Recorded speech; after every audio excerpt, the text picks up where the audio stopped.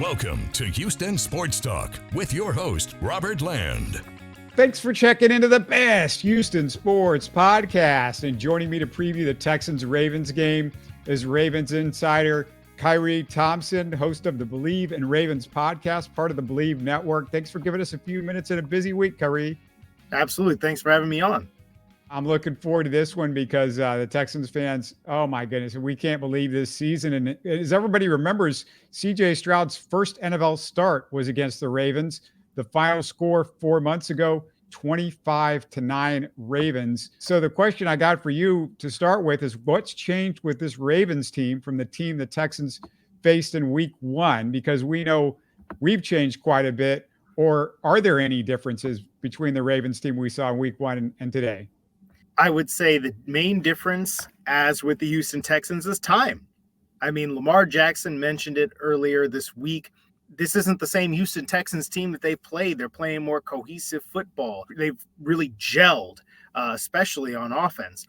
It's the same thing for the Ravens, because the thing you got to remember about Baltimore is they are implementing Todd Monken's offense for the first time this year. This is the first year as offensive coordinator. They were under Greg Roman for a while, so definitely a big-time scheme departure. I think they were feeling things out in week one because Lamar Jackson did not play in the preseason at all. So it was really, aside from practice, joint practices and such, it was the first live action that Lamar Jackson had, and it was a bit of a shaky game. I think now you're looking at a guy who is playing his best football by far. He's playing MVP level football. He's had a chance to gel with a new receiver in Zay Flowers, who is swiftly becoming one of the more dynamic young offensive weapons in the league. They figured out how to get around some early season injuries in the run game. Remember, they lost J.K. Dobbins in week one in that game. Yes. Who was their starting running back. And they've had to since weather the storm of losing Keaton Mitchell, who really sort of took over as the big play, kind of starting running back in that fold. But they've figured out how to use Gus Edwards and Justice Hill as change of pace guys. Gus Edwards being the pound, the rock, and wear you down, and then Justice Hill come in, scoot around the edge for 9 yards. And they're going to get Mark Andrews back. And I think that's an interesting one because they had Mark Andrews in week one, and obviously he was good. Mark Andrews is always good. But what they had in Mark Andrews' absence, where he suffered a high ankle sprain, he was out for a while. What you found in his absence is the fact that backup guys like Isaiah Likely were able to step up. And that was always a big issue for the Baltimore Ravens, and I think it was even in that season opener. Who's going to make plays when Mark Andrews is out or if he's double covered? And I think that they've started to see that Lamar Jackson can spread the ball around and really rely on a number of pass catching options. So this offense, I think, is much closer to clicking on all cylinders. And look, the defense just is what it is. It's either the first or second best defense in the league, depending on who you ask. They are loaded from top to bottom. They have arguably the best safety in the league and Kyle Hamilton, the best linebacker duo, Roquan Smith and Patrick Queen, experienced corners, rough defensive line up front. I mean, they're as complete a team as there is in the NFL. Yeah, it's been so long ago. I think you might have forgotten Mark Andrews was actually inactive in week one. So that is going to make a big difference. That's right. He was coming out of an injury in camp. Yep. It's been a while. Yeah, it's going to make a big difference because the Texans at times they do have difficulty covering some tight ends, but luckily, Njoku didn't really kill him last week, although he did some damage against him in that previous Browns game. But different set of guys were out there last week. You talked just now about the defense. Where are the Ravens' weaknesses defensively? What, if anything, can the Texans exploit from that defense? Like I said, that is a difficult one because I think that when healthy, right, you've got Marlon Humphrey, if he's out there and able to play, he's struggled with injuries this year, but they've been able to get solid contributions from the likes of Rocky Yassin, whether it's in the starting lineup or coming off the bench. The safety play with Marcus Williams and Kyle Hamilton is exceptional. Roquan Smith and Patrick Queen can blitz. They can come downhill at you, and they are able to, cover in the passing game as well. If there's one thing you want to try to do, if you can protect up front, and you can keep the pass rushers like Justin Madubuike, who has had an incredible year, Kyle Van Noy, and Jadeveon Clowney, who's had the thing with Clowney, right, is that he's been healthy. I think the thing that we've missed for such a long time, this, being in Houston, it was injury after injury with Jadeveon Clowney, and it felt like sometimes you would see the immense potential, and sometimes you're just thinking like, where's this guy that we spent the number 1 overall pick on, right? Who was so great, so dynamic, and he's been healthy and he's been disruptive. If you can negate that, I do think you can maybe take advantage of the corners a little away from Marlon Humphrey. And I think that the good thing about the Texans and Bobby Slowick, I think, is that they have a great plan for everything. And they're able to marry different concepts. They're from that McVay tree, right? So, if they're running one run play to the outside, they can come off of that, do a boot out and then, hit it on the other side to the other sideline. Or they can do play action and hit you deep. And so I think that's going to be the big thing. Keep them off balance, keep them guessing. Because really, from a talent standpoint, I don't know that there are a whole lot of weaknesses on the defense. But if you can slow down the pass rush, that's really the key. Because if you can do that, CJ Stroud will have time. He didn't have a ton of time in week 1 to really survey things. But if you give him enough time to figure things out and make quick decisions, I mean, he's shown he can operate under pressure, under duress. But I think that if you just give him that split second that he needs to throw into a window, he's going to be able to make some plays. Yeah, you talked about up front. That's a big difference between what the Texans were in week 1, because Stroud figured out how to get rid of the ball quicker, understood things a little bit better. Part of it was the offensive line started to play better, but it was more about CJ Stroud. And the difference is the center that the Texans had in week 1 is not the center that they have in this game. Mm-hmm. The left guard is a rookie who we were hoping was going to be the center, and now he's at left guard. Tunsil's at left tackle, so that's pretty strong. They're strong on the edges with Tunsil and George Fant. Fant's done an incredible job most of the season. They're putting in Charlie Heck a little bit at right tackle, but it's mostly been George Fant in the last couple of weeks, and that's the big difference. Is it just in the middle, I would say, and if there's a way to take advantage of the Texans on the front, and I'm wondering what you think, it's in the middle. Is that somewhere do you think the Ravens can exploit things? That's really where a lot of it starts for them, because I think that again, you're looking at somebody like Justin Madubuike, who's had an incredible year up the middle and pushing pockets, because Laramie Tunsil is excellent. I mean, he's always been able to hold his own on the outside. And really, with a player like CJ Stroud, who I think can step up in a pocket. He's got enough mobility to get around, run if he needs to, but it's always best to be able to push right up the middle. And I think the other part of that is going to be not just Madubuike, but it's going to be the A gap and B gap blitzes from the linebackers.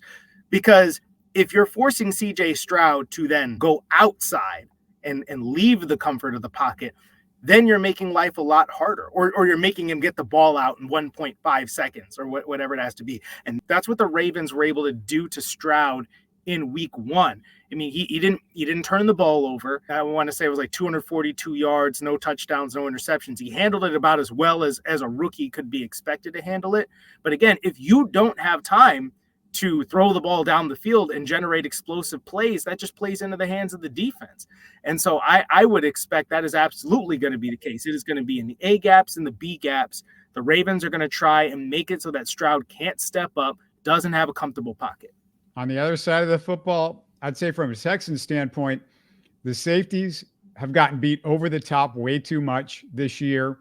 That's a concern. But D'Amico surprised everybody last week when he made Stingley the primary person on Amari Cooper. He wasn't, playing sides like he was before. He basically said, you got Cooper 82%, 83% of the snaps or something like that. Zay Flowers took advantage of the Texans in week 1. That's where the real chess match is going to be. But what are you looking at with this Ravens offense? Well, I think it's going to be about spreading the love. Because I think what you don't have with the Baltimore Ravens is one guy on the outside in terms of wide receivers that is a true number one receiver. Zay Flowers might become that with time. Again, he's had himself a very strong rookie year, but he doesn't necessarily have that prototypical size. And I think that, if you get a strong cover man on him and you get up in his face and you knock him off the line of scrimmage, if you can touch him, that can cause problems. So I think that it's going to be about, number one, you got to find out who's covering Mark Andrews and who's covering Isaiah Likely. Down the seams, short. I think that it really sort of starts with them, and then you start getting into Zay Flowers later on. So I would be curious. I don't know if there's anybody on the Baltimore Ravens that you're saying, Derek Stingley, you got to go follow that guy this time. Maybe it'll be a little bit of okay, in key situations, if it seems like he's looking for Zay Flowers here, or he's looking for Rashad Bateman, because Rashad Bateman's been a guy who's been coming on a little bit as a wide receiver 2 or 3 in that same realm as Odell Beckham Jr. Then maybe you're saying, like, okay, based on matchup and where we are, let's go ahead and put Stingley over here. But it's definitely not the same, which, interestingly, I don't know, might make it a bit more difficult to defend, because that Lamar Jackson loves to throw to Mark Andrews. But because he's had to be without Mark Andrews so much, he's developed more rapport with these other guys. And you're starting to see these performances now where it's like 3 touchdowns, 4 touchdowns, 5 touchdowns, and they're going to everyone. So I think that's going to be the really dangerous thing, because you don't know where the ball is going to go right now when it leaves Lamar Jackson's hands. But it's probably going to go to one of his guys, and they're going to be ripping off a big play. Is there any difference that you've seen from Lamar and his style of play and what he's done this season from past seasons? Has he been a slightly different quarterback at all? He's been more or less the same. I mean, maybe scrambling to throw a bit more, but that was always part of his game. And I feel like Lamar Jackson's been misrepresented to an extent, because that second year when he won MVP, I mean, he had 3,100 yards passing, 36 touchdowns. He was great from the pocket. He ran a lot, and that's what everybody associates with Lamar Jackson: the running and him being fast and out racing people to the end zone or dodging people in the open field. And he still does that. Trust me, he can still do that. But he's always been able to throw the ball from the pocket. The difference is not so much Lamar Jackson. It's the way that they use Lamar Jackson and what they're asking him to do now. It's not 12 personnel with 2 tight ends and heavy formations and not a whole lot of help from your wide receivers. They're spreading things out a little bit more and asking Lamar Jackson to make quick decisions, make quick reads, throw the ball down the field, buy a little bit of time with your legs, instead of, just kind of looking for your tight ends, and getting the ball out more between the numbers. He's always been this kind of quarterback. We're now just noticing it more because of the way that they've restyled this offense in Todd Monken's image. And it's made him a more dangerous player. And maybe some people would say, well, the efficiency numbers, aren't that great. He still didn't throw for 4,000 yards and kind of this and that when it comes to maybe it's not as impressive as we thought.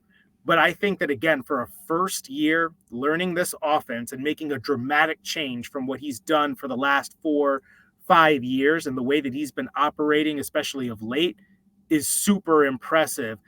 And I feel like this is his chance to really answer those questions that you said I couldn't win from the pocket. You said I couldn't, be a Super Bowl quarterback where, you got to fear me, just throwing the football. And I'm proving you wrong. Now we got to see if he can do it in the playoffs. The Ravens are favored by 9, more or less, from most sports books as we're recording this. Does that surprise you, or is that what you would expect? It's about what I would expect. I think, again, you think about the way the first game went, where the Ravens ended up winning that one pretty handily. These are 2 different teams. At the same time, you could look at it and say, look, Houston got the jump last, in the last game in the wild card round, and maybe you weren't taking it as seriously as you ought to. I don't know if I want to put it that way, but maybe that it was a surprise because the team is so young and you didn't expect that from them.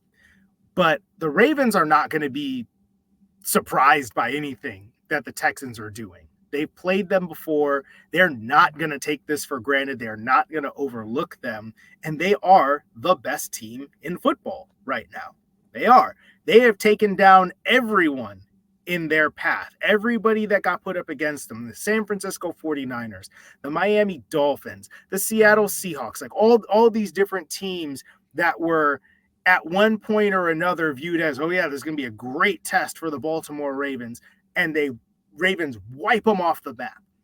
And so I think that they're going to come out ready to take care of business here. They've got a chip on their shoulder from some of the past playoff failures that they've had. I think this is going to be their time to continue advancing. But look, I think that if you're asking me to be a betting person, I'm gonna take the Texans to cover that. Not to win, but I'll take them to cover, because I think that they're a surprising and motivated young football team. I think it's going to come down to a score when it's all said and done. I'm a little surprised because the Texans are rolling again after, the Stroud injury. He looks great. And, the confidence in CJ Stroud is sky high. And it's a cold weather game, which shrinks the score. And when the score shrinks, the spread should shrink a little bit. Mm-hmm. There's a whole thing I can do on the cold weather and the Texans. And we talked about it a little bit in yesterday's show. But I just don't think the Texans are going to be phased a lot by the cold. I mean, CJ Stroud played at Ohio State, so I think he's kind of used to playing in the cold weather, and I don't feel like that's a huge concern. There's some interesting coincidences, though, Khari. I got to tell you about this. You go back, the only time the Texans faced the Ravens in the playoffs, 12 years ago this week. The Texans finished the season 11-7 that year. Same record they have right now. The Ravens finished the season, Ravens did that year 13-4. Same record that they've got right now. D'Amico was playing for the Texans. Harbaugh was coaching for the Ravens. The Ravens were favored by 8.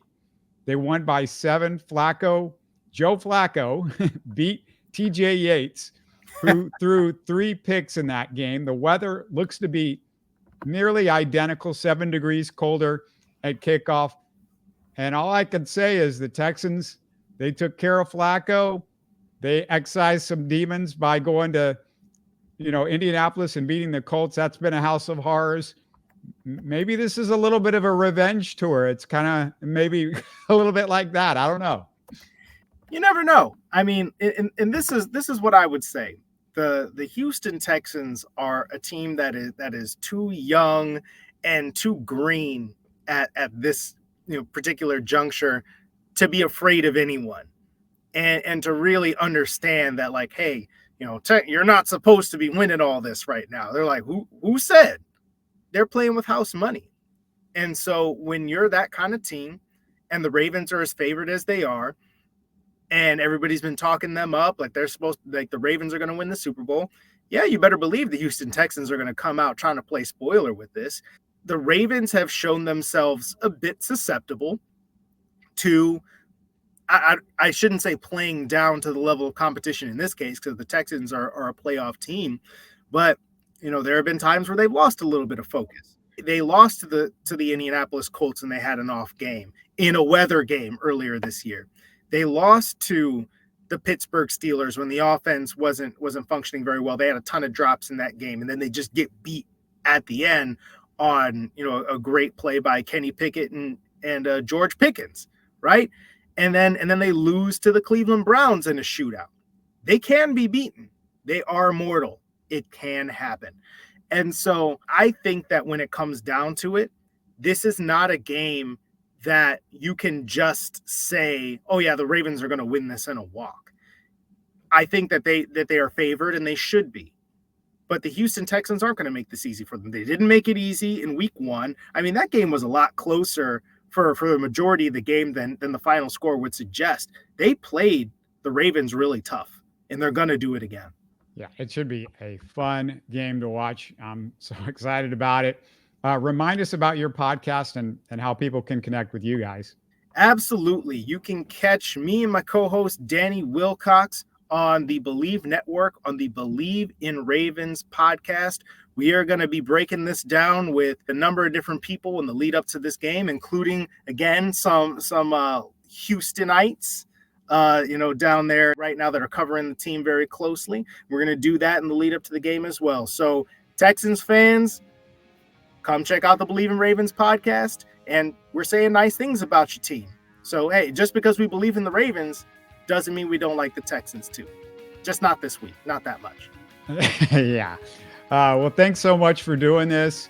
Had a fantastic chat, and hope we can catch up again, man. Absolutely. Thank you so much.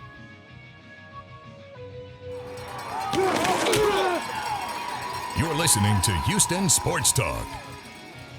Hey, don't forget to support us by subscribing and commenting on YouTube. You can always listen to us on Spotify, Apple, or your favorite podcast app. Tell your friends about us and share our show links on social media. Spread the word, everybody. Thanks for listening.